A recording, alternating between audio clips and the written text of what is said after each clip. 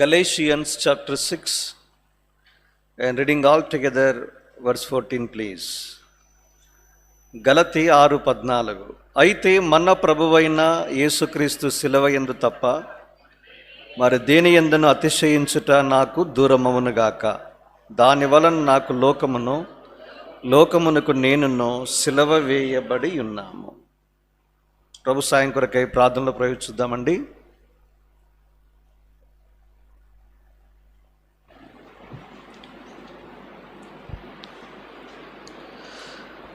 మా ప్రేమగల తండ్రి, అత్యున్నత సింహాసనమునందు ఆసీనుడవైండి, పరిశుద్ధుడు పరిశుద్ధుడు పరిశుద్ధుడని మానక గాన ప్రతిగానముల చేత నిరంతరము పూజించబడుచు ఘనత మహిమ ప్రభావములను పొందుచున్న దేవా, నీ పరిశుద్ధ పాద సన్నిధిలో చేరి నీ ముఖదర్శనము చేసి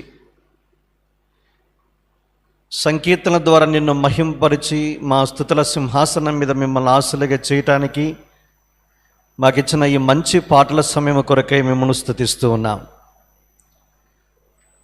దేవా, మేము నిన్ను ప్రేమించకపోయినా మీరే మమ్మల్ని మొదట ప్రేమించి మా పాపములకు ప్రాయశ్చిత్తార్థంగా నీ కుమారుడు మా ప్రభువైన యేసుక్రీస్తు వారిని ఈ లోకానికి మీరు పంపిన మీ దయాపూర్వక సంకల్పము కొరకై స్తుతిస్తూ ఉన్నాం. మా ప్రభువే మమ్మల్ని ప్రేమించి మా కొరకు తను తాను శిలువ మరణము పొందినంతగా విధేయత చూపినవాడై అప్పగించుకున్నట ద్వారా మాకిచ్చిన గొప్ప విడుదలను బట్టి రక్షణను బట్టి స్తుతిస్తూ ఉన్నాం. మా ప్రభు కార్చిన అమూల్యమైన రక్తము ద్వారా మమ్మల్ని విమోచించి నీ సొత్తుగా, నీ స్వాస్థ్యముగా, నీ స్వకీయ సాంపద్యంగా మమ్మల్ని చేసుకున్నందుకై పూజిస్తూ ఉన్నాం. మరలా నీ ప్రజగా నీ సన్నిధిలో చేరి నీ వాక్యము చుట్టూ ఏకముగా మేము చేరిన వారమై నీ నామమును గొప్ప చేయటానికి, నీ మెల్లని మధురమైన స్వరము వినటానికి మాకు చేసిన ఈ ఏర్పాటును బట్టి స్తుతిస్తూ ఉన్నాం. ఈ దినం ఉదయకాలం మీరు చేసిన పరిచయను బట్టి స్తోత్రాలు. ఈ రాత్రి కూడా మీరే మా మధ్య నివసించుము, సంచరించుము. మా అక్కర్ల కొలది ధారాళంగా స్వేచ్ఛగా నీ మాటలు ప్రసాదించి మా హృదయాలకు మీరే పరిచర్య చేసి తద్వారా మమ్మల్ని మీరే ఆదరించుము, ప్రోత్సహించుము, బలపరచుము, అంతకంతకు ఆత్మీయంగా నూతనపరచమని ప్రార్థన చేస్తూ ఉన్నాం.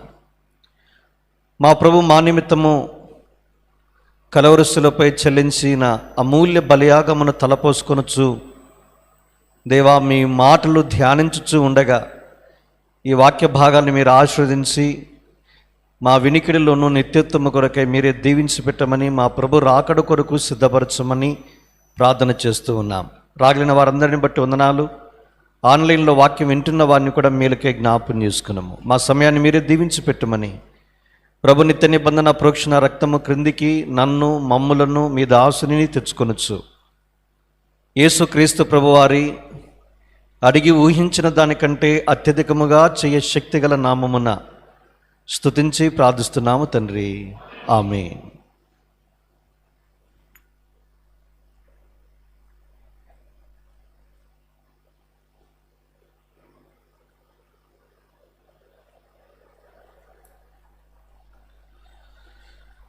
అపోస్తలుడైన పౌలు తాను రాసిన 14 పత్రికలో శిలువ అనేటువంటి మాట కనీసం 22 సార్లు కనిపించడాన్ని మనం చూస్తాం. అందులో రోమా మొదలుకొని కేవలము గలతీ వరకు మాత్రమే మనం తీసుకుంటే 14 సందర్భాలలో శిలువను గురించిన ప్రస్తావనను ఆయన తీసుకుని వచ్చినట్లుగా మనం చూడగలం. అందుకే మీకు నిన్నటి దినం మొదటి కూడికలో చెప్పినట్లు మొదటి 4 పత్రికలు క్రీస్తు శిలువను గురించి నొక్కి చెబుతాయి అనే సందర్భాన్ని మీకు జ్ఞాపం చేశాను. నిజంగా రోమా నుంచి మొదలు పెడితే ఈ మాటలు గలతీ వరకు మన చెవులలో ప్రతిధ్వనించున్నట్లుగా పౌలు వ్రాయడాన్ని మనం చూడగలం. కొరింథీయులకు రాస్తూ అన్నాడు మొదటి అధ్యాయం 18లో, శిలువను గురించిన వార్త నశించుచున్న వారికి వెరితనము కానీ రక్షించబడుచున్న మనకు దేవుని శక్తి అనే మాట మనం చూస్తాం.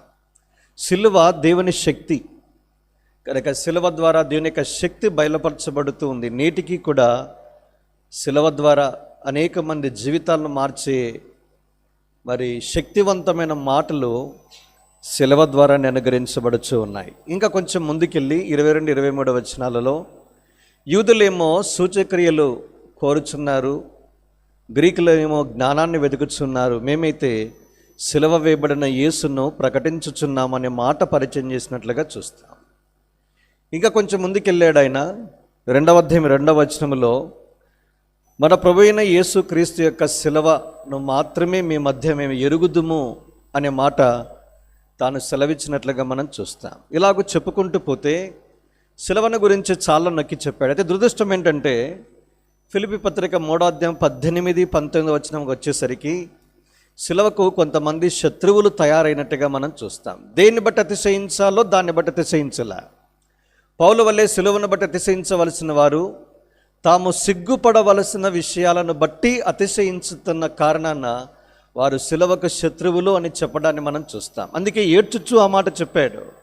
19 అన్నాడు, అయ్యా వారి నాశనమే వారి అంతము, వారి కడిపే వారి దేవుడు, వారు సిగ్గుపడవలసిన విషయాలు అతిశయపడుచున్నారు, భూ సంబంధమైన వాటి యందే మనసు నుంచుచున్నారు. భూ సంబంధమైన వాటి యందు లేదు, ఎందే.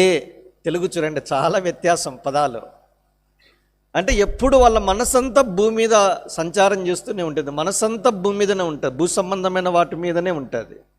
అందుకే సువార్త ఎంత కలుషితం చేశారంటే ఈ దినాల్లో, యేసు ప్రభువుని అంగీకరించండి, జబ్బులున్నాయా పోతాయి, వాస్తవానికి పోతాయి, అందులో ఏం సందేహం లేదు. ఎందుకంటే మన రోగాలను ఆయన వహించాడు, ఆయన పొందిన దెబ్బల చేత మీకు స్వస్థత, ఎలాంటి సందేహం లేదు.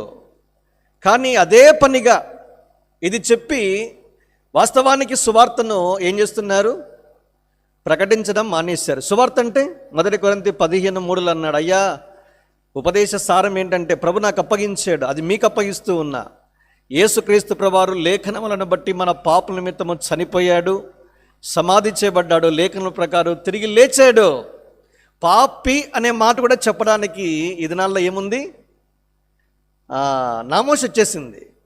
వచ్చిన ఆడియన్స్ విశ్వాసులు అనేదానికి లేదు. ఇప్పుడు మిక్స్డ్ జనాంగం, మిశ్రిత జనాంగాన్ని ఉద్దేశించి మీరు ఎంత మాత్రము పాపము పాపి అనే మాటలేం మాట్లాడద్దు, అది హేయమైన పదము.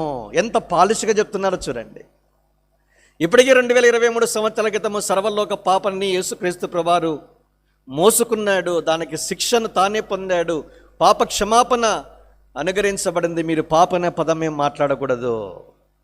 ఇలాంటి పదాలు లోకంలో ప్రకటించడాన్ని చూస్తాం. అది పైపెచ్చు ఎక్కువ నంబర్, మరి సంఖ్యాపరంగా చూస్తే అలాంటి సమాజం మధ్య ఇలాంటి సువార్తను ప్రకటిస్తూ ఉన్నారు. వీళ్ళు సిలువకు శత్రువులు. భూ సంబంధమైన వాటి మీద మనసు నుంచి ఆల్టో కార్లో వచ్చావా, ప్రభుకు స్తోత్రము, నెక్స్ట్ ఇయర్ నువ్వు BMW వస్తావా, హల్లెలూయా అంటాడు. కూడికలు అదే జరిగింది కడపలో. ఓపెన్ గ్రౌండ్ మీటింగ్స్ పెట్టారు, నేను వాక్యం చెప్పాలి, ఇక ఆయన పాట పాడాడు, అయిపోయిన అంతవరకు బాగానే ఉంది. వెంటనే అన్నాడు, ఏమన్నాడు, ఆల్టో కార్లో వచ్చావా, ప్రభుకు స్తోత్రము, నెక్స్ట్ ఇయర్ నువ్వు BMW వస్తావు, హల్లెలూయా చెప్పండి. నాతో ఏకీవించే వాళ్ళు, జోబులో 100 రూపాయలు ఉందా, 1000 రూపాయలు అవుతుంది, హల్లెలూయా చెప్పండి. చెబితే మన హెబ్రోను దగ్గరలో ఒక ఆవిడ ఉంటుంది, జాయ్ చెరీనా అంటే, వాళ్ళ నాన్నగారు హెబ్రోన్తో భక్సింగ్ గారితో కలిసి కొంతకాలం పరిచయం చేశారు. ఆవిడ చెప్పినప్పుడు మేము లైవ్లో నేను విన్నా, నేను అక్కడ ఆమెతో కలిసి మాట్లాడినప్పుడు. కేరళ వాసి కనుక ఏమేం చేసింది, పుస్తక ఆవిష్కరణకు పిలిచి లెఫ్ట్ అండ్ రైట్ పీకింది, అట్లే కొట్టలేదులేండి. 100 రూపాయలు పెడితే 1000 రూపాయలు అవుతుందా, బుక్ తెరువు, ఎక్కడ పుస్తకంలో బైబిల్ ఎక్కడైనా ఉందో చూపించు, ఫీజు ఎగిరిపోయాయి. అట్లే ఇట్లాంటి తప్పుడు బోధకులు ఎవరు వీళ్ళు, సిలువకు శత్రువులు. కేవలము భూ సంబంధమైనవే. యేసు ప్రభువుని అంగీకరిస్తే పిల్లవుతుంది, పిల్లలవుతుంది, తర్వాత ఉద్యోగం వస్తుంది, ప్రమోషన్ వస్తుంది, ట్రాన్స్ఫర్లు వస్తాయి, వీసా వస్తాయి, అమెరికా పోతాయి. ఇవన్నీ తప్పని చెప్పడంలా, ఇవన్నీ వాస్తవం, ఇవన్నీ మన అక్కర్లే, ఇవే ప్రధాన భూమిక కాదు. ప్రధానమైనది సిలువ, దాని తదనంతరం ఇవన్నీ వస్తాయి. నువ్వు అడగకుండానే దేవుడు ఇవ్వటానికి సిద్ధంగా ఉన్నాడు, అంత మంచి దేవుడు.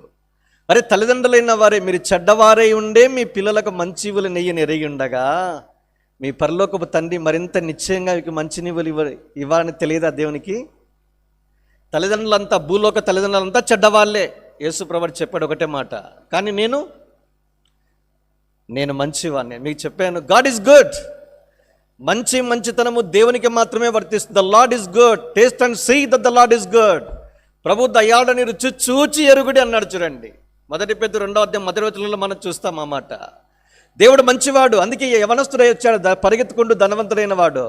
సద్బోధ కూడా అన్నాడు. మంచి బోధ కూడా అంటే, ఏం రా బాబు నన్నేంటి మంచి బోధ కూడా అంటున్నావు, మంచివాడు అంటున్నాడు. దేవుడు తప్ప మంచివాడు లేడు అంటే నేను ఎవరిని? దేవుణ్ణి. సరే, ఆల్టుగెదర్ డిఫరెంట్ సబ్జెక్ట్. నేను చెప్పదలుచుకున్న మాట ఏంటంటే, మన అక్కర్ల గురించి ఆయన ఎంతో పట్టింపు శ్రద్ధ కలిగిన వాడు. ప్రతిరోజు ఆయన చేసే పని ఏంటంటే, మనమేమో లేస్తూనే ఏం చూస్తాము? స్మార్ట్ ఫోన్, చేతుల్లో స్మార్ట్ ఫోన్ ఉంటుంది. ఆయన ఏం చేస్తాడు? ఇప్పుడు రంజాన్ సీజన్ కదా ఇది, ఏం చేస్తారు రంజాన్ సీజన్లో? మాకేం తెలుసన్నా అంటారా? చేతులు ఇట్లా అనుకుంటారు, పైనుంచి ఇట్లా అనుకుంటారు, వాళ్ళు చేతులు చూసుకుంటారు. చేతులు ఏముంది? స్మార్ట్ ఫోన్ లేదు వాళ్ళకి. చూడుము నా అరచేతుల మీదనే నేను నిన్ను చెక్కుకొని ఉన్నాను. ఆయన చూసినప్పుడల్లా అరచేతిలో ఎవరున్నారు? లేచినప్పటి నుంచి 24/7 నీ గురించి ఆలోచన చేస్తాడు. అందుకే అనుదినము ఆయన మేళ్లతో నింపేవాడు, అనుదినము మన భారాన్ని భరించేవాడు. ఆయన మిమ్మల్ని గురించి చింతించుచున్నాడనే చోట కింద లక్ష్యము చేయుచున్నాడు. రేపటి గురించి చింతించొద్దు. మీరు ప్రార్థన చేయక మునిపే మీకు అక్కరగా ఉన్నవేమో అన్నీ కూడా ఆయనకు తెలియదు. అలాంటి మంచి దేవుడు తన సొంత కుమార్ని రక్తం ఇచ్చి నన్ను కొనుక్కున్నాడు. రోమా8:8 ఏం మాట్లాడతాడు? తన సొంత కుమార్ని అనుగ్రహించడానికి వెనకంజ తీయని దేవుడు ఆయనతో పాటు సమస్తను మనకు ఎందుకు అనుగ్రహించడు? క్వశ్చన్ మార్క్ వేశాడు, ప్రశ్న. ఆయననే అనుగ్రహించాడు. యేసుక్రీస్తు ప్రభువారి కంటే దేవునికి గొప్పది ఏది లేదు.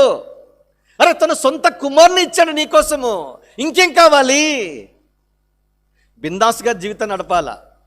బిందాస్ అంటే హైదరాబాద్ నుంచి వచ్చాం కదా, కొన్ని పదాలు వంట పడతాయి మాకు కూడా.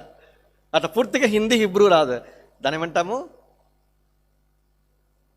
ఏం వాడతారు తెలంగాణలో భాష? హిందీ తర్వాత దానికి ఉర్దూ, అట్లా తెలుగు, అంత బ్రోకెన్ తెలుగు, బ్రోకెన్ ఉర్దూ. కనుక యేసు ప్రభువారే నీకు నాకు దేవుడు అనుగ్రహించబడినప్పుడు కాళ్ళ మీద కాలు వేసుకుని నెమ్మదిగా ఉండాలి. అన్నీ ఆయన చూసుకుంటా. తన ప్రియులు నిద్రించుచుండగా ఆయన వారికి జస్ట్ రిలాక్స్, పడుకొని నిద్రపోవాలంతే. మనం పడుకుంటే దేవుడు పని చేస్తాడు. ఎట్లా పని చేస్తారంటే, పని చేసే వారిని కూడా నిద్ర లేకుండా చేస్తాడు. ఒక ఉదాహరణ ఏంటో తెలుసా అండి? ఎస్తేరు. ఇంకొక ఉదాహరణ ఏంటో తెలుసా అండి? దానియేలు. సింహ భూమిలో ఆయన పడితే ఈయన ఉదయకాలమే పరిగెత్తుకుంటూ పోయాడు. రాజుకు నిద్ర లేకుండా ఎస్తేరు గ్రంథంలో చేశాడు. నిద్ర లేకపోతే ఏం చేయాలా? నాట్యం ఆడే వాళ్ళని పిలిపించుకొని డ్యాన్స్ వేస్తూ ఉంటే చూడాలి. మనం కూడా చేసేది అదే కదా. నిద్ర లేకపోతే ఏం చూస్తాము? స్మార్ట్ ఫోన్ అన్నా, ఇంకా టీవీ పెట్టుకొని చూసి. ఇప్పుడంతా టీవీ పెట్టుకునే వాళ్ళు ఎవరు లేరులేండి, అయిపోయింది కాలం అది. కానీ ఈయన రాజ్యపు దస్తావేజులను తీసుకొని వచ్చి పుస్తకాలు తిప్పుతూ ఉన్నాడు. సరిగ్గా అదే కనబడింది. చూడు ఎట్లా దేవుడు పని చేస్తాడో చూడండి. ఏం వేరే పేజీ కనబడవచ్చు కదా? మొర్దెకై రాజుకి ఏం మేలు చేసి అదే పేజీ దగ్గరికి వెళ్ళిపోయాడండి. నిజంగా all things work together for good to them who love God. దేవుని ప్రేమించు వారికి మేలు కలుగుటకై ఆయనే సమస్తమును సమకూర్చి జరిగించుచున్నాడు. Foot note. ఆయనే పని కలిగిన వాడుగా ఉన్నాడు. కనుక నెంపాదిగా మనం ఉంటే, సాగిపోతూ ఉంటే దేవుడు మన గురించి అన్ని కళ్ళు తీరుస్తాడు. అయితే సిలువను గురించిన వార్త కల్తీ కాకూడదు. అందుకే కల్తీ చేశారు, వారిని సిలువకు శత్రువులు అన్నారు. ఎందుకంటే అతిశయించడం వారికి తెలియదు. దేని ఎందు అతిశయము? ఏవైతే సిగ్గుపడాలో దాని ఎందు అతిశయిస్తారు. అందుకే నిన్ను క్రీస్తు సిలువ యందు తప్ప మరి దేని ఎందును అతిశయించకుండా ప్రభువే నీకు నాకు సమృద్ధి అయిన కృప అనుగ్రహించునుగాక. ఎందుకు పౌలు యొక్క జీవితంలో సిలువ అతిశయము? మొదటి కారణము the preeminence of the cross. సిలువ యొక్క ప్రాధాన్యతను తాను చూడగలిగాడు. ఎందుకు సిలువ యందు అతిశయించాలి? The power of the cross. సిలువ కన్నా శక్తిని తాను గ్రహించాడు. ఎందుకు సిలువ యందు అతిశయించాలి? People are the cross. శిల దగ్గర ఉన్న ప్రజలు ఆయనకు బోధించిన బోధ తాను చూడగలిగాడు, లేదా వినగలిగాడు, అనుభవించగలిగాడు. ఎందుకు సిలువ యందు మాత్రమే అతిశయించాలి? Portraits of the cross of Christ. సిలువ చిహ్నాలు, దృశ్యాలు, చిత్రపటాలు 5 అంతలుగా అద్భుతంగా వర్ణించిన తీరును ఉదయకాలం మనం చూసాం. ఈ రాత్రి ప్రభు అనుగ్రహించిన సమయ హద్దుబాటులో సాధ్యమైనంత వరకు 9 గంటలకి మిమ్మల్ని పంపించే ప్రయత్నం చేస్తాను. Profound words from the cross of Christ. క్రీస్తు శిలువ యొద్ద నుంచి ప్రగాఢమైన లోతైన మాటలు పెళ్ళుబుకి ప్రవహించాయి. ఆ మాటల వెలుగులో నేను తరించినప్పుడు నేను చెప్పే మాట, నేను శిలువ యందు తప్ప మరి దేని యందును అతిశయించను. ఏంటి ఆ మాటలు? ఆ ప్రొఫౌండ్ వర్డ్స్ని యేసుక్రీస్తు ప్రభువారు శిలువ మీద పలికినట్లుగా మనం చూస్తాం. చివరి పలికిన మాటలకు చాలా ప్రాముఖ్యత ఉంటుంది. చూడండి, ఆదికాండం 48వ అధ్యాయంలో తీయద్దులేండి. యాకోబు తన 12 మంది కుమారులను పిలిపించి కొన్ని మాటలు పలికాడు. అవే చివరి మాటలు. వాటికి చాలా ప్రాముఖ్యత ఉంది. అందుకే ఆదికాండం 48వ అధ్యాయం ఒక అధ్యాయం అంతా దానికే కేటాయించబడినట్లుగా మనం చూస్తాం. అందుకే ఇది చాలా ప్రాముఖ్యం. ఎందుకంటే చాలా బరువుగా ఉంటాయి పదాలు, లోతైన పదాలు. అందుకే వాటికి చాలా ప్రాముఖ్యత.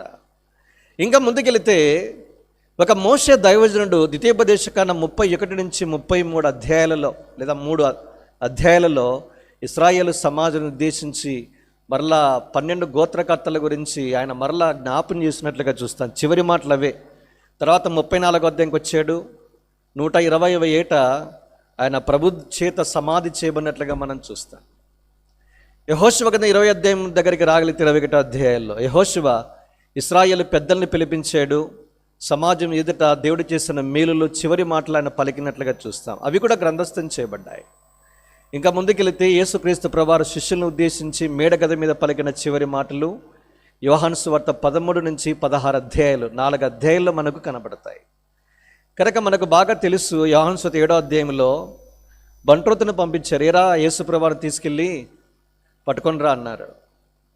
ఆయన దగ్గరికి వెళ్ళి పట్టుకొని రా అంటే మెస్మరైజ్ అయిపోయాడు. అట్లే ఊరికి ఒట్టి చేతులు పోతే ఏం రా ఎలా ఖాళీగా వచ్చావంటే ఏమన్నాడు?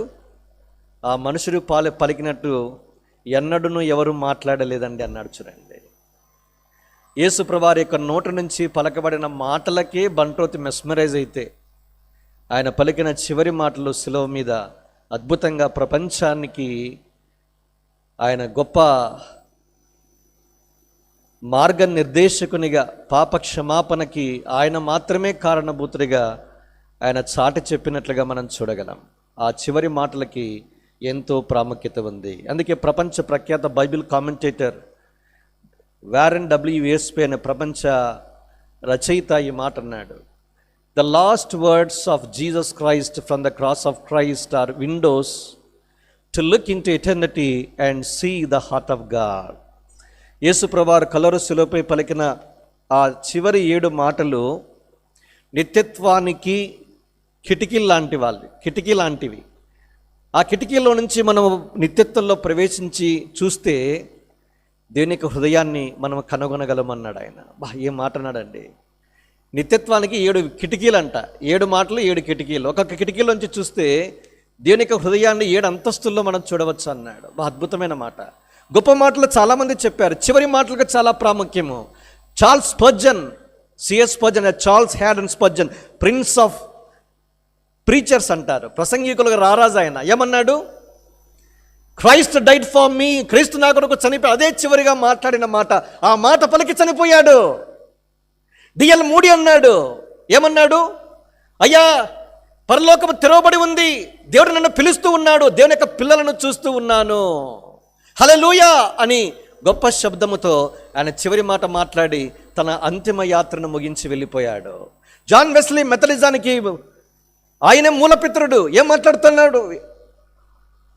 All the best of the life is, జీవితంలో అతి శ్రేష్టమైన సంగతి ఏదైనా ఉంది అంటే గాడ్ బీ విత్ అస్, దేవుడు మనకు తోడుగా ఉన్నాడు. ఆ మాట పలికాడు.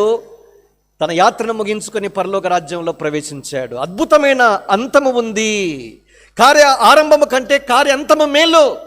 చాలామంది దీనికి భిన్నంగా చాలా దుఃఖకరంగా, ఆయాసకరంగా, భయాక్రాంతులై తమ జీవితాంతాన్ని కూడా ముగించి వెళ్ళిపోయారు. వాల్టర్ ఒక యూరోపియన్ కంట్రీలో ఉన్నాడు. ఏం చేశాడు వాడు? ఆ నాస్తికుడు దేవుని యొక్క వాక్యాన్ని ఎంతో తృణీకరించాడు. దేవుణ్ణి ఏమాత్రం ఒప్పుకోలేదు. ఏమన్నాడు తెలుసా అండి? ఈ యూరోప్లో బైబిల్ లేకుండా చేస్తానన్నాడు. చివరికి హాస్పిటల్లో బెడ్ అయ్యాడు. ఏం మాట్లాడతాడు? I'm abandoned by God and by man. అయ్యా, నేను దేవుని చేతను మనుషుల చేతను విడవబడ్డాను, మరువబడ్డాను, గొప్ప కేక వేశాడు. అసలు రాత్రిపూట ఒక నర్సు అతనికి పరిచరించడానికి వెళితే గొప్ప కేకలు, ఆర్ధనాదము. ఆమె పరిచయం చేయలేక పారిపోయేది. అందుకే వాల్టర్ చనిపోయిన తర్వాత అదే ఆయన గృహాన్ని ఏం చేశారు, బైబిల్ సొసైటీ ఆఫ్ ఫ్రాన్స్ తీసుకున్నారు. అక్కడి నుంచే ప్రపంచానికి చాలా వరకు బైబిల్ ఏం చేశారు, పంపిణీ చేశారు. చూసారా, నాస్తికుడు ఏమయ్యాడంటే విషాదంగా ముగించాడు జీవితాన్ని. ఏ నోరైతే పలికిందో బైబిల్ లేకుండా నాశనం చేస్తానని, చివరికి తన సొంత ఇంట్లో నుంచే బైబిల్ డిస్ట్రిబ్యూట్ అయిపోయాయి. కనుక విషాదంగా ముగించిన వారు చాలామంది ఉన్నారు, అద్భుతంగా ముగించిన వారు ఉన్నారు. అలాంటి వారన్నిటికీ మించిన వాడు ఆయన యేసుక్రీస్తు ప్రభువారు. ఆ శిలువలో అతిశయించడానికి కారణభూతమైన వ్యక్తి పలికిన 7 మాటల్లో ఒక్కటి మాత్రమే మీ గమనానికి నేను తీసుకుని వచ్చే ప్రయత్నం చేస్తాను. అందులో మొట్టమొదటి మాట నేను మీకు పూర్తిగా సాధ్యమైనంత వరకు ముగించే ప్రయత్నం చేస్తాను. చూడండి, యేసు ప్రభువారు శిలువ మీద శుక్రవారము 9 గంటల నుంచి 3 గంటల వరకు ఉన్నాడు. చాలా బాగుంది. ఇప్పుడు యేసుక్రీస్తు పలికిన 7 మాటలు 9 గంటల నుంచి 12 గంటల వరకు 3 మాటలు పలికాడు. 12 నుంచి 3 గంటల వరకు ఎన్ని మాటలు పలకాలనా లేదా? It was a period of silence. ఏ మాట పలకలేదు ఆయన. ఎక్కడుంది జవాబు? చూడండి, మత్తయి సువార్త ఇట్లా చదవాలా, నాకు కూడా తెలియదు ఇదంతా. మేము పరిచయం చేయాలి కాబట్టి బుక్కులు చదవాలి కదా, వాక్యం. అప్పుడు అర్థమైంది. చూడండి, మత్తయి సువార్త 27వ అధ్యాయము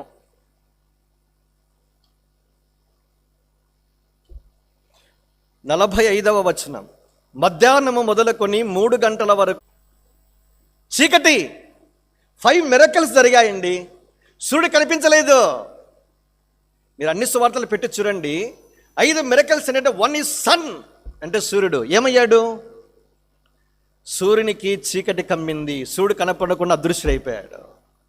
సూర్యుడు కూడా చూడలేకపోయాడు. ఇంకో మాటలో చెప్పాలంటే, ఎందుకు? లెట్ దేర్ బి లైట్, వెలుగు కలుగునగాక అని పలికిన వాడు, అంటే ఆయన నోటి మాట ద్వారా కలిగిన ఈ సూర్యుడు చంద్రుడు, ఈ సూర్యుడు ఏమయ్యాడు? అరే, నన్ను తన నోటి మాట చేత సృష్టించిన నా సృష్టికర్త ఇంత ఘోరమైన అవమానకరమైన మరణాన్ని పొందాడు. ఈ 3 గంటలు చీకటి ఎందుకు వహించిందంటే ఆయన మీద పాపం మోయబడుతూ ఉంది. చూడలేకపోయాడు, చీకటి. కళ్ళు మూసుకున్నాడు. డార్క్నెస్, కటిక చీకటి అన్నాడు. ఈ కటిక చీకటి గురించి తెలుసుకోండి. ఎక్కడికి రావాలా? మళ్ళా పాతకి నిర్గమాకాండంలోనికి వెళ్ళాలా. 10 ఉన్నాయి చూసారా అద్భుతాలు. ఉదయకాలం ఒక పాట పాడుకున్నాం. నాకు భలే ఇష్టమైన 2 వచనాలు ఏంటంటే, స్వచ్ఛంద సీయోను వాసి పాడుకు, ఇదిగో నేను ఒక నిబంధన మీతో చేయుచున్నా. ఇది ఎవరికి ఇచ్చారు? భక్సింగ్ గారు హైదరాబాద్కి వచ్చినప్పుడు 2 ప్రామిస్లు ఇచ్చాడు భక్సింగ్ గారికి దేవుడు. ఇది ఎక్కడుందంటే నిర్గమాకాండం 34వ అధ్యాయం 10వ వచనంలో ఉంది. ఆ కిందన ఏముంది? నిబంధన చేసిన నీ జనుల మధ్య నేను అద్భుతములు చేసేది. దాన్నే పట్టుకున్నాడు. ఎప్పుడు మేము చేసే ప్రార్థన అదే. అయ్యా, నీ దాసునికి వాగ్దానం ఇచ్చి హెబ్రోను తీసుకుని వచ్చావు, ఏలేముకు తీసుకుని వచ్చావు. ఆ వాగ్దానం నెరవేర్చి ఈ దినాల్లో కూడా ఇంకోటేమన్నాడు? ఇదిగో నేను ఒక నూతన క్రియ చేయుచున్నాను. యెషయా 48:19 ఆయనకి చాలా ఇష్టమైన, ఎప్పుడు ఫ్రీక్వెంట్గా కోట్ చేస్తాడు. ఈ దినాల్లో కూడా మనం చేయవలసిన ప్రార్థన అదే. అయ్యా, నీ ఒక నూతన క్రియ చెయ్యి, ఈ దినాల్లో కూడా చెయ్యి. అందుకే మన ప్రార్థన హబక్కూకులాగా ఉండాలా. ఏముండాలా? యెహోవా, సంవత్సరంలో జరుగుతూ ఉండగా నీ కార్యమును నూతనపరచుము, సంవత్సరంలో జరుగుతూ ఉండగా దానిని తెలియచేయము, కోపించుచునే వాత్సల్యమును జ్ఞాపకము చేసుకున్నాము. 3 ఫస్ట్ మీరు గమనించిన ఇంగ్లీష్లో revive the work in the mids of years. In the mids అనే మాటకు అర్థం ఏంటి? చదువుకునే పిల్లలు చెప్పండి. మధ్యలో. కానీ తెలుగులో ఏముంది? సంవత్సరములు జరుగుచుండగానింది. కానీ సంవత్సరంలో మధ్యలోనే చెయ్యయ్యా. బా, ఏం ప్రార్థన అది!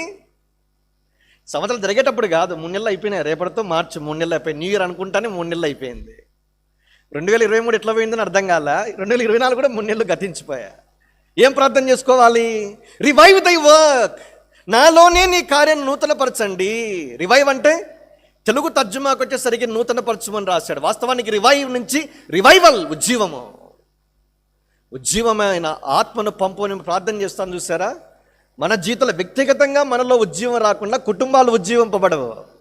కుటుంబాలు ఉజ్జీవింపబడగా సంఘాలు ఏం ఉజ్జీవింపబడవు.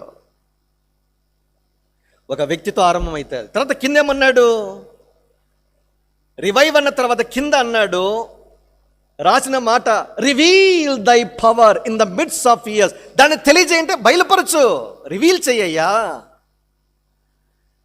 అంతేకాదు మూడోది ఏమన్నా, రిమెంబర్ దై మర్సీ ఇన్ రాత్. అయ్యా కోపించుచునే వాత్సల్యాన్ని జ్ఞాపకం తెచ్చుకొనుకో. One is revive, first R. రెండవది రిమెంబర్, జ్ఞాపకం చేసి రివీల్ తెలియచేయి. మూడవది రిమెంబర్, జ్ఞాపకము తెచ్చుకో. RRR, triple R, cinema title కాదు. దేవుడి దినాల్లో అద్భుతమైన విధానంలో మనల్ని ఏం చేయాలా? ఉజ్జీవింప చేయాలి, నూతనపరచాలి. కనుక దేవుడు భక్ష్యం గారికి ఇచ్చిన వాగ్దానం ఎప్పుడు నేను జ్ఞాపకం చేసి, పాటలు పాడేటప్పుడు కూడా నేను దేవుడు మాట్లాడాలని కోరుతా. పాటలు అద్భుతంగా ఈ దినం అంతా మెసేజెస్ అన్ని ఇందులోనే ఉన్నాయి. నిజంగా మన మనసు పెట్టి పాడాలా. అందుకే ఎప్పుడైనా పాటలు పాడాలి అంటే మన సమస్యలన్నీ ఆ సియోను గేటు బయట వదిలేయాలా, రావాలా, ఎలుగెత్తి పాడాలా. లెటస్, మీరు చూడండి 95వ కీర్తన మొదటి నుంచి, రండి ఉత్సహించి సంతోషం, మన రక్షణ దుర్గమును బట్టి సంతోషించి ఉత్సహించి. ఉత్సాహం అంటే లెటస్ సెలబ్రేట్. ఏం గుర్తుండవు సెలబ్రేషన్, ఏం గుర్తుంటాయి? ఏం గుర్తురావు, ఉంటాయి సమస్యలు. అట్లా ఉండాలా. దేవుడు మనకు ఒక దినాన్ని ఇచ్చాడు అంటే ఇది యెహోవా ఏర్పాటు చేసిన దినము, దీని యందు ఉత్సహించి సంతోషించాలి. ఉత్సాహం అంటే ఉత్సహించమంటే సెలబ్రేషన్స్. సరే ఎందుకులేండి, ఈ 2 వాగ్దానాలు. కనుక అద్భుతాలు చేసేవాడు, 5 అద్భుతాలు. కటిక చీకటి అని నిర్గమాకాండంలోనికి వెళ్ళాలి. కటిక చీకటి కమ్ముకునింది, సన్ వాజ్ డార్కెన్డ్. రెండవ అద్భుతం ఏంటో తెలుసా అండి? స్టోన్స్, భూకంపం కలిగింది, బండలు బద్దలైపోయాయి ఎట్లే.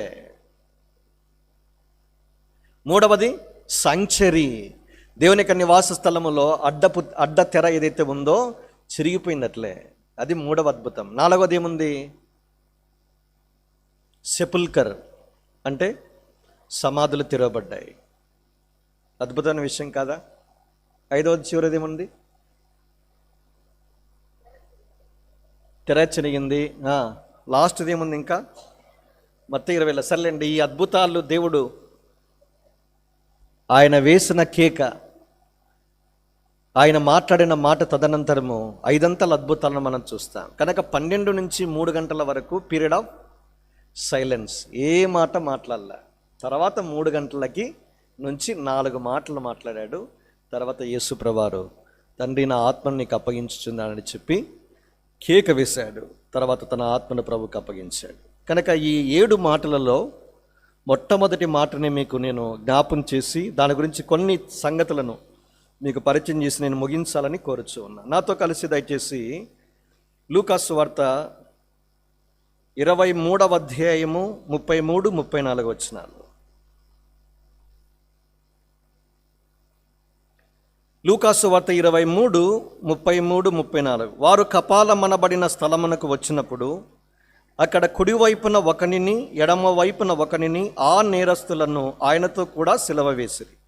యేసు, తండ్రి వీరేమి చేయుచున్నారో వీరు ఎరగర గనక వీరిని క్షమించుమని చెప్పాను. వారు ఆయన వస్త్రములు పంచుకొనుటకై చీట్లు వేసును. కపాలమనబడిన, ఒకటేసి కింద ఏం రాశారు? బైబిల్ అంతటిలో ముఖ్యంగా కొత్త నిబంధనలో ఇదొక్కసారే కనబడుతుంది, కల్వరి అనే మాట. లూకా 23, 33 లాస్ట్ మాట. ఇదే మొదటిది, ఇదే చివరిది. ఇంకెక్కడ కూడా మనకు కనపడవు, కేజీబీ వర్షన్. ఇప్పుడు యేసుక్రీస్తు ప్రభువారు ఈ మాట పలికాడు. ఈ మాట ఏంటది? తండ్రి వీరేమి చేయుచున్నారో వీరెరగక వీరిని క్షమించుడు. ఏంటది?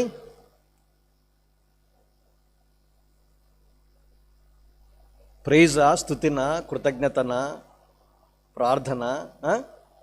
ప్రార్థన. Prayer from the cross of Christ. Profound వర్డ్స్లో, లోతైన ప్రగాఢమైన మాటల్లో ఒక్కటే మాట, అదే prayer from the cross of Christ. క్రీస్తు శిలువ మీద యేసు పలికిన మొదటి మాట, దాని అర్థమే ప్రార్థన. ఆ మాట మీరు గమనించాలి. చూడండి, యేసుక్రీస్తు ప్రభువారి యొక్క పరిచర్య ఎట్లా ఆరంభమైంది? లూకాసు వార్త 3వ అధ్యాయం 21లో ఒక మాట రాయబడింది. ప్రజలందరూ బాప్తిస్మ ఇచ్చి యోహాను దగ్గరకు వచ్చి బాప్తిస్మం తీసుకుని పోతూ ఉంటే యేసుక్రీస్తు ప్రభువారు కూడా బాప్తిస్మం తీసుకున్నాడు. ఆయన బయటకు వచ్చాడు, ప్రార్థన చేయుచుండగా ఆకాశము. కనుక ఆయన బాప్తిస్మం తీసుకుని వచ్చిన వెంటనే చేసిన మొట్టమొదటి పని ఏంటంటే ప్రార్థన. తన పరిచర్య ఆరంభము ప్రార్థన, పరిచర్య ముగింపు ఏంటంటే ఇదే. ఏది? లూకా 23:34. అది కూడా ఏంటి? అది కూడా ప్రార్థనే. అంటే ఈ రెండు బిందువుల మధ్య తన జీవిత పరిచర్య ఆరంభము ప్రార్థన, తన జీవిత పరిచర్య అంతము ప్రార్థన. మళ్ళా కొనసాగింపు ఏంటంటే ఇది నాన్న పరలోకంలోనికి వెళ్ళిపోయాడు ఆయన. ఇప్పుడు ఏం చేస్తున్నాడు? రిలాక్స్ అయ్యాడా? చాలా ఆశ్చర్యం అనిపిస్తుంది నాకు. హెబ్రీ 7:25 ఏం మాట్లాడుతారు? ఈయన తన ద్వారా దేవుని యొద్దకు వచ్చు వారి పక్షముగా విజ్ఞాపన చేయుటకు నిరంతరము జీవించుచున్నాడు గనక వీరిని సంపూర్ణంగా రక్షించుటకు శక్తిమంతుడై ఉన్నాడు. ఏం చేస్తున్నాడు? విజ్ఞాపన. భలే ఆశ్చర్యంగా లేదా? యేసు ప్రభువు వారి యొక్క పరిచర్య ఆరంభము ప్రార్థన, ముగింపు ప్రార్థన, పైకెళ్ళి చేసే పరిచర్య కూడా ప్రార్థన, విజ్ఞాపనయే. మధ్య బిందువులు, రెండు మధ్య భాగాల్లో ఉన్న బిందువులు అంటే 33.5 సంవత్సరాలు ఏం చేశాడు మరి మధ్యలో? మనకు సువార్తలు కనబడదు. సువార్త కనబడుతుంది రాత్రికాలం ఒలీవ కొండలకి వెళ్ళేదంతా. కానీ మీరు చూస్తే హెబ్రీ గ్రంథకర్త 5వ అధ్యాయం 7లో ఒక మాట అంటే, శరీరధారిగా ఉన్న దినాలలో మహారోదనముతోనూ కన్నీళ్లతోనూ తన్ను మరణము నుండి రక్షించగలిగిన వానికి యాచనలను కృతజ్ఞతాస్తులు చెల్లించాడు. దేవుని యందు భయభక్తులు కలిగి ఉన్నదని ఆయన ఏం చేశాడు? విధేయతను నేర్చుకున్నాడు. దేవుడు అంగీకరించాడు. శరీరధారిగా ఉన్నప్పుడు కూడా కన్నీళ్ళు అంట చూడండి. ప్రతిరోజు ఏడుస్తున్నాడు ఆయన. నిజంగా ఆ మాట వెలుగులో కన్నీళ్లతో ప్రార్థన చేస్తున్నాడు. మనం అనుకుంటాము, నాకు ఇప్పటికీ ఆశ్చర్యం అయితే, దేవుని కుమారుడైన యేసుక్రీస్తు ప్రభువారికి కన్నీళ్లతో కూడిన ప్రార్థన అవసరమైతే మన ప్రార్థన ఇంకెంత అవసరంగా ఉండాలో చెప్పండి. ఇక్కడ కూర్చున్న మనము యేసు ప్రభువారి శిలువ మీదకి క్షోభ, అసలు రక్తస్రావం అవుతూ ఉంటే దేహం నుంచి ముళ్ళు గుచ్చబడతా ఉండి, ఎక్కడ? తల మీద ముళ్ళు, చేతుల్లో మేకులు, కాళ్ళలో మేకులు, పక్కల బల్లెపోవటం, శరీరమంతా రక్తసిక్తము, కొరడా దెబ్బలు. ఇంత భయంకర క్షోభం అనుభవిస్తుంటే ప్రార్థన ఎలా చేయగలిగాడు? మనకేమున్నా ఇళ్లలో ఒక కూలర్ ఉంది సమ్మర్ వస్తే, లేదా ఏసీ ఉంది, లేదా మంచి వాతావరణం ఉంది, కానీ ప్రార్థన లేదు. చూసారా? ఏం నేర్చుకుంటున్నాం మనము? యేసుక్రీస్తు ప్రభువారు శరీరధారిగా ఉన్నప్పుడే కన్నీళ్లతో ప్రార్థన. మనం చేసే ప్రతి ప్రార్థనలో కన్నీళ్లు కార్చే ప్రతి కన్నీటి బొట్టు వృధా కాదు. ఏం చేస్తాడు? కీర్తన 58:8లో రాయబడిన మాట ఏంటో తెలుసా అండి? అయ్యా, మీరు కార్చే ప్రతి కన్నీటి బొట్టు ఆయన బుడ్డిలో ఎత్తి పడతా ఉన్నాడు. నువ్వు కాచిన కన్నీళ్ళు నీకు తెలుసా?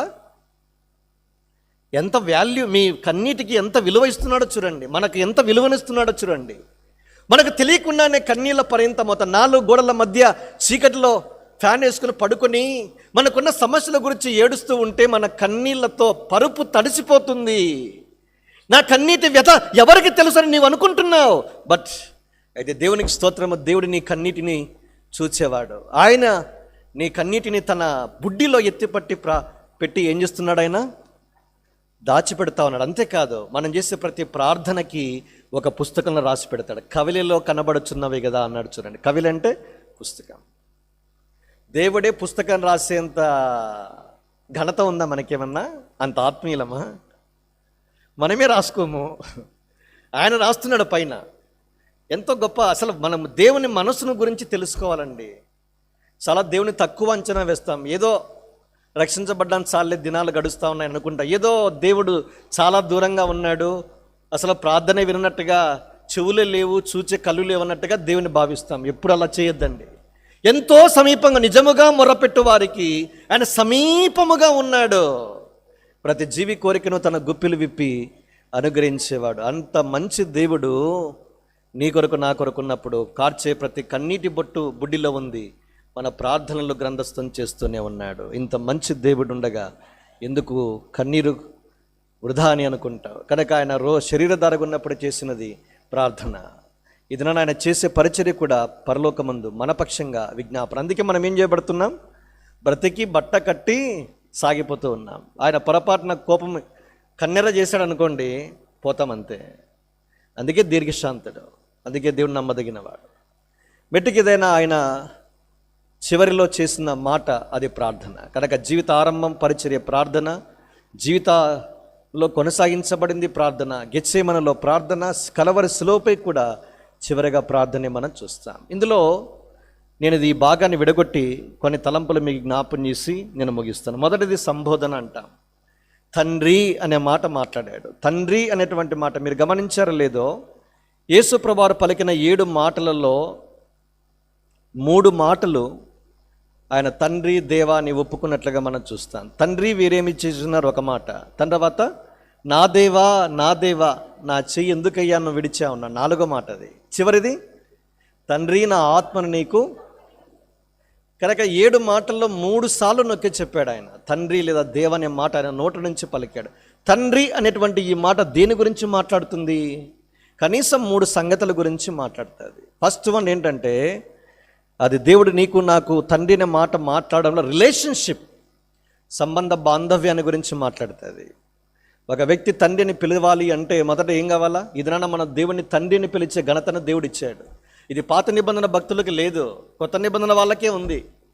పాత నిబంధనలు ఎవరైనా తండ్రిని పిలిచి ప్రార్థన చేశారని నా దేవా నా దేవా లేదా నా ప్రభువా. కానీ కొత్త నిబంధనకు వచ్చేసరికి యేసు క్రీస్తు ప్రభువారిని బట్టి దేవుడిని తండ్రి అని పిలిచే అవకాశాన్ని దేవుడు మనకి ఇచ్చాడు. అసలు యూదులు పలకరు,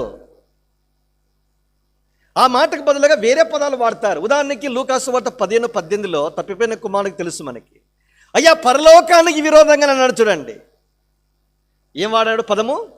తండ్రి నీకు కాదు, ఈ తండ్రి నీకు, ఈ భూ సంబంధమైన తండ్రికి ఏమో నీకు విరోధంగా అన్నాడు. కానీ తండ్రికి పైన చెప్పేదానికి పరలోకం అనే పదాన్ని వాడాడు, ప్రత్యామ్నాయం వాడాడు.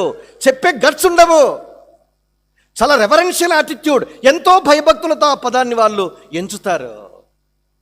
అయితే కొత్త నిబంధనకు ఉన్న ధన్యత అదే, మనం అందరం కూడా తండ్రి అని పిలిచే భాగ్యం ఇచ్చాడు. ఎందుకు? యోహాను 1:12 ప్రకారము యేసు క్రీస్తునందు విశ్వాసం ఉంచు ప్రతి వారు దేవుని కుమారులుగా పిలువబడే అధికారాన్ని పొందారు.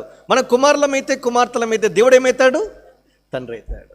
అందుకే నీవు నేను కూడా ఇలాంటి అనుభవాన్ని సంపాదించుకున్నాం. యేసు ప్రభువు ఈ మాట పలికేటప్పుడు గమనించండి, ఆయనతో ఉన్న రిలేషన్షిప్ మనం గమనించాలి. అందుకే 12వ ఏట ఆయన పదం పలికాడు. ఏమాట్లాడాడు? లూకా 2:49 అన్నాడు, నా తండ్రి పనుల మీద నేను ఉండవాలని మీరు మరియమ్మ గారితో అన్నాడు అన్నమాట. ఏ తండ్రి? కార్పెంటర్ అయిన తండ్రి పనులా? కాదు, ఆయన 12వ ఏట ఉండేవాడు దేవాలయంలో ఉండి తండ్రి పనుల మీద ఉన్నాడంట. 12 ఏళ్ళ పిల్లలు ఈరోజు అయిపోయింది కదా, ఏది SSC నిన్న అయిపోయింది తెలంగాణలో, ఈరోజు అయిపోయింది. ఎక్కడ ఉంటారు మీరు? మందిరాలు ఉండరు, అక్కడ స్కూల్ మైదానంలో ఉంటారు. మరి ఈ 12 ఏళ్ళ కుర్రాడు పిల్లాడు దేవాలయంలో ఉన్నాడు. అంటే తండ్రి పనుల మీద ఆ పదం మీరు గమనించాలి.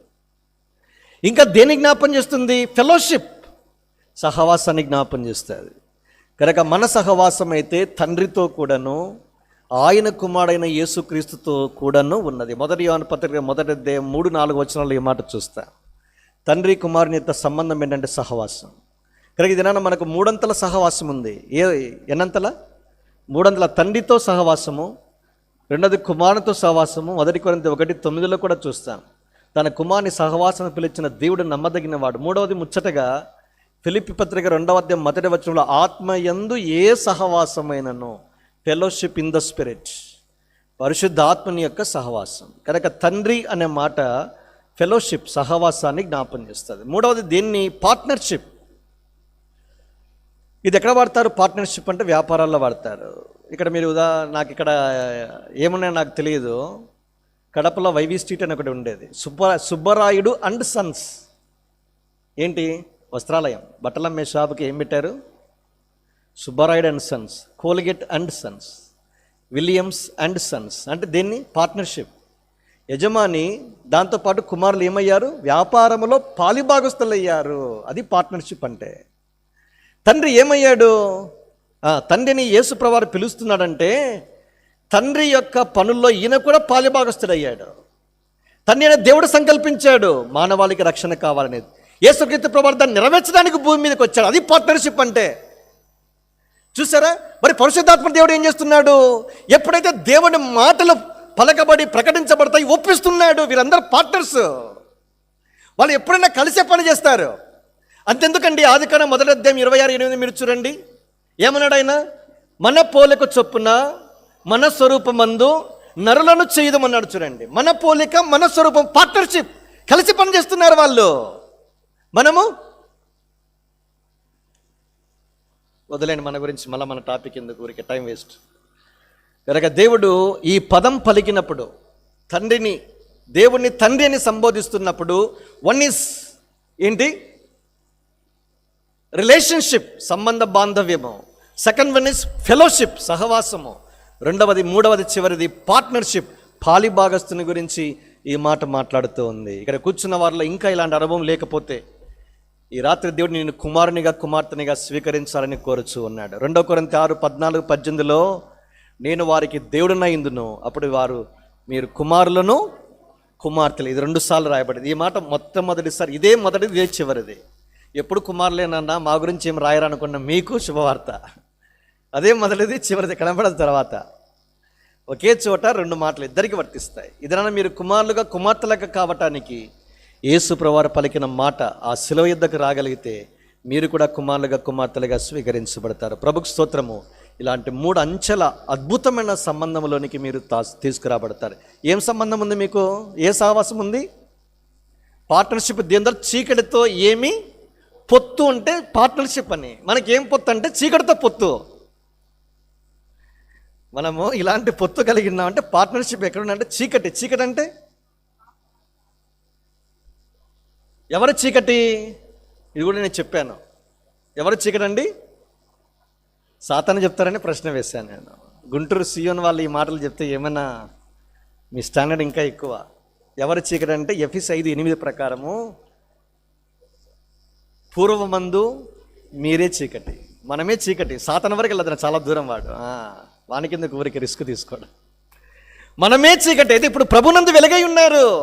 ఇప్పుడు వెలుగుతో సాంగత్యము, వెలుగుతో పొత్తు, వెలుగుతో సహవాసము. కనుక దేవుడు వెలుగై ఉన్నాడు, ఆయనతో పాటు అన్యోన్యమైన సహవాసం ఎప్పుడు వెలుగులు నడిస్తే. కనుక పొత్తు లేదు, పార్ట్నర్షిప్ లేదు. చీకటికి సంబంధించి కానీ, చీకటి సంబంధమైన కార్యక్రమాలకు సంబంధించి కానీ, చీకటి అలవాట్లకు సంబంధించి కానీ, చీకటికి మూలమైన వాడు ఎవరు? అపవాదితో కానీ ఎలాంటి పొత్తు లేదు. ఇలాంటి అద్భుతమైన పొత్తు నుంచి నేను విడిపించి, అందుకే అంధకార సంబంధమైన అధికారం అన్నాడు కొలస్సీ పత్రిక 1వ అధ్యాయంలో. అంధకారం అంటే చీకటి.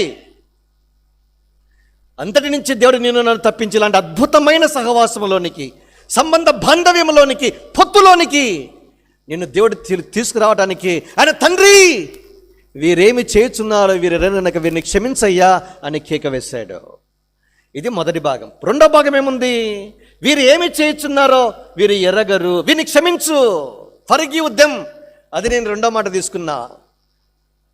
Father forgive them, English base మీద. క్షమించు. ఎట్లా దేవుడు క్షమిస్తాడు? ఎందుకు క్షమించాలి? చూడండి, యేసుక్రీస్తు ప్రభువారి యొక్క నోట నుంచి క్షమాపణ. వాస్తవానికి ఏం రావాలి? కింద నుంచి బాధ పెడుతున్నారు. అరే వీడిని సిలువేయండి. కింద నుంచి కేకలు, అరుపులు.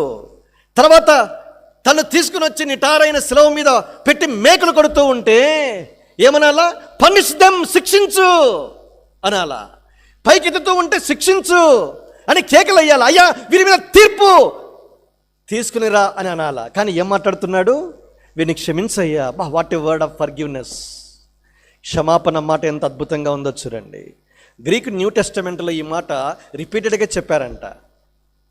కొత్త నిబంధన గ్రీక్లో నుంచి తర్జుమా చేశారు కదా. గ్రీక్లో ఫర్గివ్ దెమ్ అనే మాట పదే పదే వల్లించారంట. మనం ఏమని అర్థం చేసుకోవాలి? యేసుక్రీస్తు ప్రభువారిని హింస పెడుతున్నప్పుడు, ఉదాహరణకి హృదయాలతో కొట్టించేటప్పుడు అయ్యా వీరిని క్షమించు అన్నాడు. తీసుకెళ్లి శిలువ మీద, మాను మీద నిర్దాక్షిణ్యంగా వేసినప్పుడు అయ్యా వీరిని క్షమించు. మేకులతో కొడుతున్నప్పుడు అయ్యా వీరిని క్షమించు. పైకి ఎత్తుతూ ఉన్నప్పుడు అయ్యా వీరిని క్షమించు. తల మీద ముళ్ళ కిరీటం పెడుతూ ఉంటే అయ్యా వీరిని క్షమించు. ప్రతిధ్వనిస్తూనే ఉంది. శిలువ మీద నుంచి ఈ మాట ఒక్కసారి కాదు, పలుమార్లు నొక్కి చెప్పబడుతున్న మాట, ప్రకటించబడుతున్న మాట క్షమాపణ. మీరు బాగా గమనించారు లేదో, 3 మాటలు మీకు చెప్తాను. క్షమాపణ ఎందుకు? Because prophecy is fulfilled. ప్రవచనము నెరవేర్చబడింది. ఎక్కడ ప్రవచనము?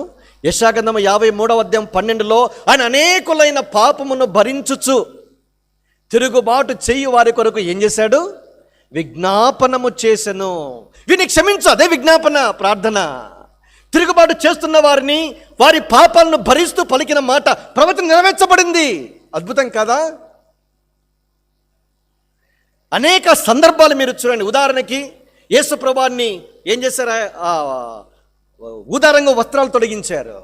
తర్వాత ఆయన తల మీద ముసుగు వేశారు, పిడిగుద్దులు గుద్దారు. ఏం మాట్లాడుతున్నారు? అయ్యా నువ్వు ప్రవక్తవైతే ఎవరు నిన్ను కొట్టారో ప్రవచించు. ఇవన్నీ కూడా ప్రవచనాత్మకంగా చెప్పబడిన మాటలు. ఇంకేమన్నారు? ఆయన వస్త్రాలు పంచుకున్నారు, ప్రవచనం నెరవేర్చబడింది. 22వ కీర్తనలో 18లో ఈ మాట మనకు కనబడుతుంది. వారు ఆయన వస్త్రాలను ఏం చేశారు? చీట్లు వేసి పంచుకున్నారు, చిరగా తాగించారు. అది కూడా ప్రవచనాత్మకమే. 69వ కీర్తన 21వ వచనంలో మనకు కనబడుతుంది. యేసుప్రభువు వారి యొక్క మాటలు ప్రతిధ్వనిస్తూనే ఉన్నాయి కనుక ఇవన్నీ కూడా ప్రవచనాత్మకంగా మనకు కనబడతాయి. రెండో సంగతి ఏంటో తెలుసా అండి?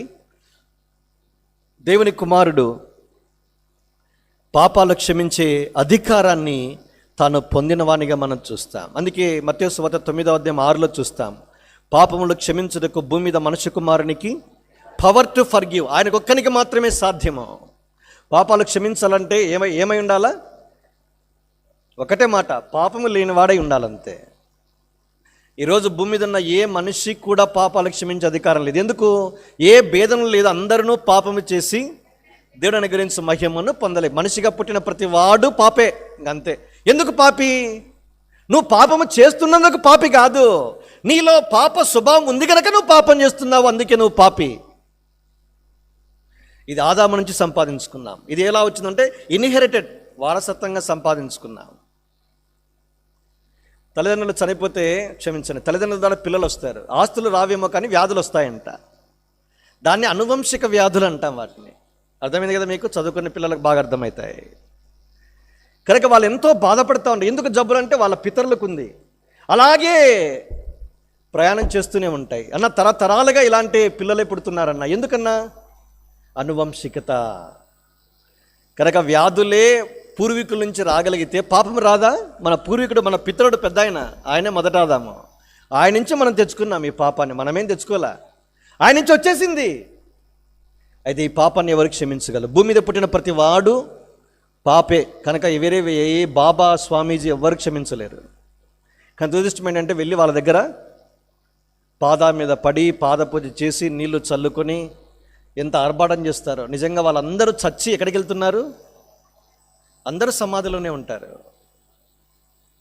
విషాదం. స్వామి దయానంద సరస్వతిని అడిగారు వెళ్ళి, ఎందుకంటే మనిషి చనిపోతున్నాడు అని. మనిషి చనిపోవడం గల కారణం ఏంటి? జాబ్ లేదు, పాపము వలన వచ్చు జీతము. ఇంగ్లీష్లో the wages of sin is not was death. చూసారా? ఈజ్ అనేది ఏంటి? సింపుల్ ప్రజెంట్ టెన్స్లో వాడతాం లేదా ప్రజెంట్ టెన్స్లో వాడతాం. Was past tense. పాపము వలన వచ్చు జీతము మరణం. అంటే ఇప్పుడు నువ్వు పాపంలో ఉన్నావు అనుకో, పాపక్షమాపణ లేకుండా నువ్వు ఇప్పటికే మరణంలో ఉన్నావని అర్థం. నువ్వు మరణంలో ఉన్నావంటే తీర్పుని మీద తీర్చబడింది. యోహాను సువార్త 3వ అధ్యాయం 15 ఏం రాయబడింది? యేసు క్రీస్తునందు విశ్వాసం ఉంచని వానికి ఇంతకు మునిపే తీర్పు తీర్చబడింది. చూసారా? యేసు ప్రభునందు విశ్వాసం ఉంచగా పాపక్షమాపణ పొందిన వారందరూ కూడా ఇప్పటికే నిత్యాగ్ని దండనకి ప్రయాణం చేస్తూ ఉన్నారు. వాళ్ళ మీద తీర్పు తీర్చబడింది. ఇలాంటి తీర్పు నుంచి నిన్ను నన్ను రక్షించడానికి, పాపక్షమాపణ ఇవ్వటానికి యేసుప్రభువు భూమి మీదకి వచ్చాడు. ఎంత అద్భుతం అంటే ప్రవచనాలన్నీ కూడా ఆయన పలికిన మాటల ద్వారా నెరవేర్చబడ్డాయి. అందుకే ఆయన శక్తిమంతుడు మన పాపాలను క్షమించడానికి. అందుకే క్షమించాడు. ఆయన వచ్చిన ఉద్దేశం, the very purpose of Christ came into this world to save sinners. పాపలను రక్షించడానికి యేసుక్రీస్తు వారు ఆ ఉద్దేశం కొరకే ఈ లోకానికి వచ్చారు. అందుకే ఆయన పాప క్షమాపణార్థం కలవరిశిలపై గొప్ప కేక వేసి తండ్రి వీరిని క్షమించమని కోరినట్టుగా చూస్తాం. ఇంకొక గొప్ప విషయం ఏదో చెప్పమంటారా? పాప క్షమాపణ యొక్క గొప్పతనం ఏంటంటే, మీరు చూడండి, ఆయన క్షమించే విధానాన్ని చూస్తే ఎఫెసీ పత్రిక 3వ అధ్యాయం 18, 19లో కొన్ని మాటలు ఉన్నాయి. అయ్యా, మీరు ప్రేమ యందు వేరుపారి స్థిరపడి సమస్త పరిశుద్ధులతో కూడా ఆ ప్రేమ యొక్క వెడల్పు, పొడవు, లోతు, ఎత్తు ఎంతో గ్రహించుకొనుటకును జ్ఞానమునకు మించిన క్రీస్తు ప్రేమను తెలుసుకొనుటకును తగిన శక్తి గలవారు కావాలని మీకోసం ప్రార్థన చేస్తున్నానని అన్నాడు. ప్రేమ గురించి తెలుసుకోవాలంటే ఏం కావాలా? ప్రార్థనలు వింతగా ఉన్నాయి చూడండి, పదాలు మీరు చూడండి. బైబిల్ ఇలా చదువుకోవాలా? ఏముంది? తగిన శక్తి కావాలన్నా? దేనికి? దేవుని ప్రేమ తెలుసుకోవడానికి శక్తి కావాలంట. శక్తి కావాలంటే ఏం కావాలంటే ప్రార్థన చేస్తున్నా అన్నాడు. అంటే ప్రేమ అర్థం కాలే మనకని అర్థము. ఎట్లా ప్రేమ అర్థమవుతుంది? ప్రేమ గురించి చెబుతూ 4-5 మాటలు ఉపయోగించాడు. ఒకటి వెడల్పు, లాస్ట్ పాటలో ఆ మాట ఉంది చూడండి. వెడల్పు అంటే 103వ కీర్తన 12వ వచనములో పడమటికి తూర్పు ఎంత దూరమో అంత దూరము మన అతిక్రమణ ఏం చేశాడు ఆయన? దూరపరచు. అది వెడల్పు. అంత దూరం వెడల్పుగా ఆయన ఏం చేశాడంటే దూరపరిచాడు. మరి పొడవు 38వ అధ్యాయము 17వ వచనం యెషయా గ్రంథంలో రాయబడింది, నీవు అయ్యా నా పాపాలను నీ వీపు వెనక తట్టు ఏం చేశావు? పారేసావు. అది పొడవు. లోతు అంటే ఏంటి? మీకా గ్రంథము 7వ అధ్యాయము 19లో ఒక మాట ఉంది. లోతు ఎంత లోతుగా మన పాపాలని క్షమించేంత ప్రేమ చూపించాడంటే సముద్ర అగాధములలో పడేశాడు మన పాపాలని. మన దోషాలను అడిగిదొక్కేశాడు. దోషాలను అడిగిద్రొక్కి పాపాలను తీసుకెళ్ళి అగాధములో అని లేదు, అగాధములలో ప్లూరల్ బహువచనం ఉంది. అగాధంకి వెళ్ళి ఏమైనా తీసుకుని రాగలరా? మనతో అయ్యే పనేనా? మనమున్న పక్కనున్న బంగాళాఖాతము, ఇంకా ఏమున్నాయి పక్కన అరేబియా సముద్రము, ఇంకేమున్నాయి వదిలే, నాకు దాని యొక్క అగాధాన్ని కొలిచే వాళ్ళే లేరు. ఈ చిన్నవే ఇంకా అట్లాంటిగా ఇలాంటి దూరం పోతే ఇంకా ఎక్కువ. అగాధములో మన పాపాలు ఇంకా తీసేదానికి మరలా రానంతగా లోపలికేసి, అది లోతు. ఎత్తు అంటే యెషయా గ్రంథం 44వ అధ్యాయం 22వ వచనం 4422 ఫ్యాన్సీ నెంబర్. ఇట్లా గుర్తుపెట్టుకోవాలా. ఏం fancy number? Car fancy number తీసుకుంటుంటారు. 4422 అంటే అర్థం ఏంటి? అయ్యా, మంచు విడిపోవునట్లుగా నీ అతిక్రమాలని, మబ్బు తొలగిపోవునట్లుగా నీ పాపాలను నేను ఏం చేశాను? తుడిచివేశాను. మంచు ఎక్కడ ఉంటుంది? పైన. అది ఎత్తు. మబ్బు తొలగిపోవునట్లుగా ఏం చేస్తున్నాను? తుడిచివేయుచున్నాను. ఇదే మాట 43వ అధ్యాయము 24-25 వచనాల్లో మనకు కనబడతాయి. అయ్యా, నీవు దోషముల చేత నన్ను విసిగించావు, నీ పాపాల చేత నన్ను ఏం చేసావు? ఆయాస పెట్టావు. అయితే నేనే నా చిత్తానుసారంగా నీ పాపములను అతిక్రమలను తుడిచివేస్తున్నాను. ఇకను నీ పాపములను, ఏ మనిషి అండి దేవుడు! ఇది క్షమాపణ అంటే. మనం క్షమిస్తే కింద ఉంటుంది కండిషన్స్ అప్లై, షరతులు వర్తిస్తాయన్నా. చెప్పాను మొదటి రోజే, ఒకసారి క్షమించమని అడిగితే, అన్నా నువ్వు ఇది మొదటిసారి కాదన్నా, నువ్వు 10వసారి అన్నా. ఎప్పుడు చేసావు మొదటిసారి? లాక్డౌన్లో మోడీ ఒక మాట చెప్పాడు. ఏమని? బయటకు వచ్చి 5 గంటలకు పల్లె మీద గరిటతో కొట్టమని. అప్పుడు అన్నావన్నా ఈ మాట. ఇప్పుడు ఈ 2024లో ఈ మార్చి 29 వరకు 10వసారి అన్నా. ఇది ఎంత ఫ్రెష్గా ఉందో చూడు. మరి మర్చిపోం మనము, అనుకుంటాం మర్చిపోయినామని. ఇలాంటి గుండె ఉండాలి మీకు. దేవుని స్వభావం నీలో నాలో ఉంటే ఏదో దేవుడికి క్షమించాలి, మనం ఏం చేయాలా? ఊరికే ఆయన క్షమించడాన్ని సర్దుకొని పోవడం కాదు. యేసుప్రభువు మత్తయి సువార్త 6లో అన్నాడు. ఏమన్నాడు? పరలోక ప్రార్థన అయిన వెంటనే మా రుణస్తులను మేము క్షమించిన ప్రకారము మన రుణాలు క్షమించబడాలంటే విశ్వాసులుగా వేరే వాళ్ళ పాపాలని, రుణాలను క్షమించాలా. క్షమించకుండా వచ్చి దేవుడు ప్రార్థన క్షమాపణ కోరాడు మనకు, క్షమాపణ ఏం రాదు. ఒక ఉపమానం చెప్పాడు. 50 రూపాయలు ఉన్నవాడేమో క్షమించేశాడు ధారాళంగా, 5 లక్షలు ఉదాహరణకు చెప్తున్నా. కానీ 50 రూపాయలు ఉన్న అప్పు చేశాడు చూసా, వానికి క్షమించలే. దేవుని కోపం వచ్చింది. అరే, నేను ఎట్లా క్షమించా? 5 లక్షల అప్పు మాఫీ చేశా, నువ్వు 50 రూపాయల కోసం లేదా 500 రూపాయల కోసము ఏం చేసావు? వాడిని చెరసాలకు అప్పగిస్తావు. తీసుకొని రా, నరికి వేయండి రా, వాడిని వేషధాలతో పాలు నియమించు. దేవుడు ఒక విశ్వాసంలో చూసే గుణం ఏంటంటే, నీవు ఇతరుల పాపాలు క్షమించకుండా ఉంటే నీ పాపాలు దేవుడు క్షమించడు. చాలా ఖండితంగా చెప్పాడు. ఏదైనా నీ సహోదరుని మీద విరోధంగా నీ జ్ఞాపకం వస్తే విడిచిపెట్టు. అరే, అర్పణ వద్దురా అబ్బాయి, నాకు పోయి సమాధాన పడు, తర్వాత వచ్చి నీ అర్పణ అర్పించు, అప్పుడు అంగీకరిస్తా. ఎంత ఖండితంగా చెప్పాడో చూడండి. పాప క్షమాపణ, సమాధాన పడకుండా చావద్దండి. గొప్ప వరం అండి. గిల్టీ ఫీలింగ్ ఏదైతే ఉందో, నేరారోపణ చేసే, దోషారోపణ చేసే మనస్సాక్షి నిర్మలంగా చేయబడితే అదే ఆరోగ్యం. మీరు మంచిగా ఉంటారు, ఎక్కువ కాలం బ్రతుకుతారు. చెడుతనానికి ఆరోగ్యానికి సంబంధం ఉంది. ఎక్కడుంది? సామెతల 3లో ఏముంది? చెడుతనాన్ని నీ యొద్ద నుంచి తొలగించుకునము, అప్పుడు నీ దేహమునకు ఆరోగ్యము, నీ ఎముకలకు. దేహాన్ని ఆరోగ్యం అంటే చెడుతనం తొలగించుకోవాలి. ఎంత మీరు ప్రశాంతంగా నిర్మలంగా ఇతరులను క్షమిస్తూ బిందాసుగా పడుకుంటారో మీరు అంత ప్రకాశమానంగా ఎక్కువ కాలం బతుకుతారు, ఎంతో ఆరోగ్యంగా ఉంటారు. డబ్బులు పెట్టినా రాదు ఏది? ఆరోగ్యం. కనుక ఇది మంచి ఆరోగ్యానికి చిట్కా ఏంటంటే క్షమించుకుంటా పోవడమే. వాని పాపాన్ని వాడు పోతాడు, అంతే, వదిలేయాలి అంతే. ఏం చేద్దాం ఇంకా? చెబితే వినని వానికి ఏం చేయాలి? ఇద్దరు సాక్షులు తీసుకెళ్ళి చెప్పాం, బాబు ఇది మంచిది కాదన్నాం అనుకో, వినకపోతే సంఘానికి చెప్పాను, సంఘానికి చెప్పిన వినకపోతే అన్యునిగాను సుంగరిగాను భావించు అన్నాడు, అంతే, తీసిపడే. ఎందుకు వినికి మనకెందుకని?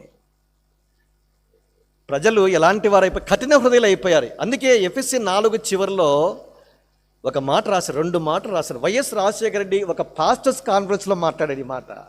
ఏం మాట్లాడో తెలుసా అండి? కరుణా హృదయులై క్రీస్తునందు దేవుడు మిమ్మల్ని క్షమించిన ప్రకారము మీరును ఒకరినొకరు, ఆ మాట చెప్పి 5వ అధ్యాయం 1వ వచనము దేవుడు ప్రేమ గురించి చెప్పినట్టుగా క్షమాపణ దెన్ ఫాలోడ్ బై లవ్.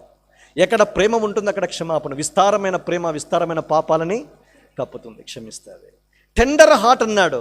కరుణా హృదయాలు అంటే లేత మాంసము. టెండర్ హార్ట్ అంటే లేత మాంసం తీసుకొని రారా ఈస్టర్ సండే కంటే ముదిరి మాంసం తీసుకొని వస్తే 7 విజిల్స్ వేయాలా? అరే కనీసం ఇంత జ్ఞానం ఉంది, ఇంత మెడిసిన్ చదువుకున్నా, ఇంత ఇంజనీరు, అసలు ముదురు మాంసం లేత మాంసం తెలియదురా నీకు? అర్థమైందా? కరుణా హృదయాలు అంటే కరుణ అంటే ఎంత టెండర్ మీట్, 2 విజిల్స్కే ఉడికిపోతుంది.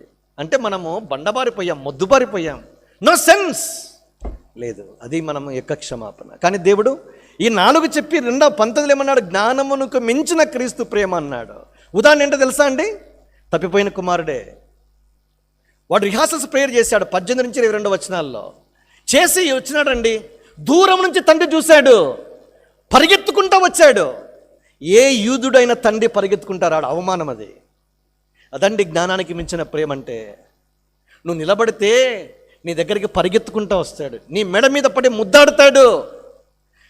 వాడు ఇంకా మాట్లాడుతాడు, ఇంకా ప్రార్థన రిహార్సల్ చెప్పలేదు ఆయన. రే తీసుకురండి రా వస్త్రాల్లో, చెప్పులు తొడుగు, ఉంగరం పెట్టు, వదించు, లెట్ us సెలబ్రేట్. ఈ నా చిన్న కుమారుడు తప్పిపోయి చనిపోయి తిరిగి బతికాడు, తప్పిపోయి తిరిగి దొరికాడు, సంతోషించి ఉచ్చయిద్దాం, లెట్ us సెలబ్రేట్. ఏం మాటలు వినలేదండి. నీ హృదయంలో ఎప్పుడైతే క్షమాపణ కొరకు వేడి నువ్వు మందిరానికి ఇప్పటికీ క్షమించేశారు నిన్ను. అదండి జ్ఞానానికి మించింది. 3 రకాల ప్రేమలు ఎఫెసీ పత్రికలో కనబడతాయి. ఒకటి మహాప్రేమ, ఎఫెసీ 2వ అధ్యాయం 5-6లో చూస్తాము. 2వది జ్ఞానమునికి మించిన ప్రేమ, ఎఫెసీ 3:19. చివరిది శాశ్వతమైన ప్రేమ, ఎఫెసీ పత్రిక 6వ అధ్యాయం 24వ వచనంలో చూస్తాం. ఇలాంటి క్షమాపణ తండ్రి అయిన దేవుని యొద్ద యేసుక్రీస్తు ప్రభువారు కోరుతున్నాడు, విజ్ఞాపనం చేస్తున్నాడు. వీరు ఏం చేస్తున్నారు వీరికి తెలియదయ్యా, దేవుని కుమారుని, నీ కుమారుని నా గురించి తెలియదు వాళ్ళకి, సిలువేస్తున్నారు, దయచేసి వీరిని క్షమించు. నేను సాక్షాత్తు దైవ కుమారుడు, పాపాలు క్షమించే అధికారం నాకు ఉందని తెలియకుండా సిలువ వేస్తున్నారు అయ్యా. అందుకే అపోస్తలుడైన పౌలు అన్నాడు, మీ అధికారులకు తెలియదయ్యా, ఇది తెలిసి ఉంటే మహిమా స్వరూపకు ప్రభువును సిలువ వేసి ఉండేవారు కాదు. అందుకే అపోస్తల కార్యంలో 3వ అధ్యాయం 10లో పేతురు కూడా అన్నాడు, మీరు తెలియక చేశారని నాకు తెలుసండి అన్నాడు. ఒక పౌలు అన్నాడు 1 తిమోతి పత్రిక 1వ అధ్యాయం 13లో, నేను అవిశ్వాసము చేత తెలియక చేశా, కనికరించబడ్డాను. ఎంత మంచి మాటలు చూడండి. ఇక్కడ కూర్చున్న వారిలో ఇలాంటి పాపక్షమాపణ నీకు లేకపోతే నీ జ్ఞానానికి మించిన ప్రేమ చేత ప్రేమిస్తున్నాడు. ఊహించవు, ఎవడు ప్రేమించడు. ప్రేమించడం మాత్రమే కదా, శాశ్వతంగా కప్పేస్తాడు. ఇక ఎన్నటికీ నీ పాపాలు జ్ఞాపం చేసుకున్నాడు. అలాంటి క్షమాపణ నీకు అందుబాటులో ఉంది. దేవుడు గొప్పగా సమాధానం ఇచ్చాడు. ఆయన చేసిన ప్రార్థనకి దేవుడు అంగీకరించాడు. తీర్పు తీసుకురాలేదు, ఉగ్రత తీసుకురాలేదు, క్షమించేశాడు. అక్కున చేసుకోవడానికి నీటికి ఆయన సిద్ధంగా ఉన్నాడు. ఈ క్షమాపణ నీకొద్దా? ఎంతకాలం అయింది ప్రభు యొక్క ప్రేమకు దూరమై? ఎన్నోసార్లు హృదయం కఠినం చేసుకుని ఆయన మాటలు వింటూ ఉన్నా కూడా పెడచెవిని పెట్టి వెళ్ళిపోయా. దేవుడు కరుణా సంపన్నుడు, ఎంత మంచివాడు అంటే క్షమించుటకు సిద్ధమైన వాడు. నెహెమ్యా గ్రంథము 9:17, 86వ కీర్తన 5లో సిద్ధమైన మనసు కలిగిన వాడు. మీకా 7:18లో బహుగా క్షమించువాడు, క్షమించడం కింద ఆనందించువాడు. ఇలాంటి మంచి దేవుడు నువ్వు ప్రార్థన చేస్తే ప్రార్థించు వారందరిలా కృప చూపించటకు అలాంటి ఐశ్వర్యవంతుడు నీ కొరకు దరిద్రుడిగా మారాడు. ఆ దరిద్రుడైన ప్రభు నీ కొరకు బలహీనతను బట్టి సిలువ వేయబడ్డాడు. అయితే ఆయన చూస్తే శక్తిని బట్టి మహాబలవంతుడైన దేవుడు. అలాంటి యేసు ప్రభువారు నీ కొరకు చేసిన ఈ క్రయధనం ఎంతో గొప్పది. అంగీకరిస్తావా? ఈ స్థలం నుంచి ఆయన అనుగ్రహించే క్షమాపణ ఆనందంతో, నా కుమారుడా నీ పాపాలు క్షమించబడ్డాయి, నా కుమార్తె నీ పాపాలు క్షమించబడ్డాయి, సమాధానం గలదానమైపోయి. ఎప్పుడైతే క్షమించబడతామో సమాధానం, ఎప్పుడైతే క్షమించబడతామో సంతోషము. ఇక నుంచి మీరు సమాధానం పొందిన వారమై పొందిన వారై సంతోషముతో ఈ స్థలం నుంచి బయలుదేరాలన్నదే మా ఆశ, మా ప్రార్థన. నీ తీర్మానం ఏంటి? రండి ప్రార్థన చేసుకుంటాం.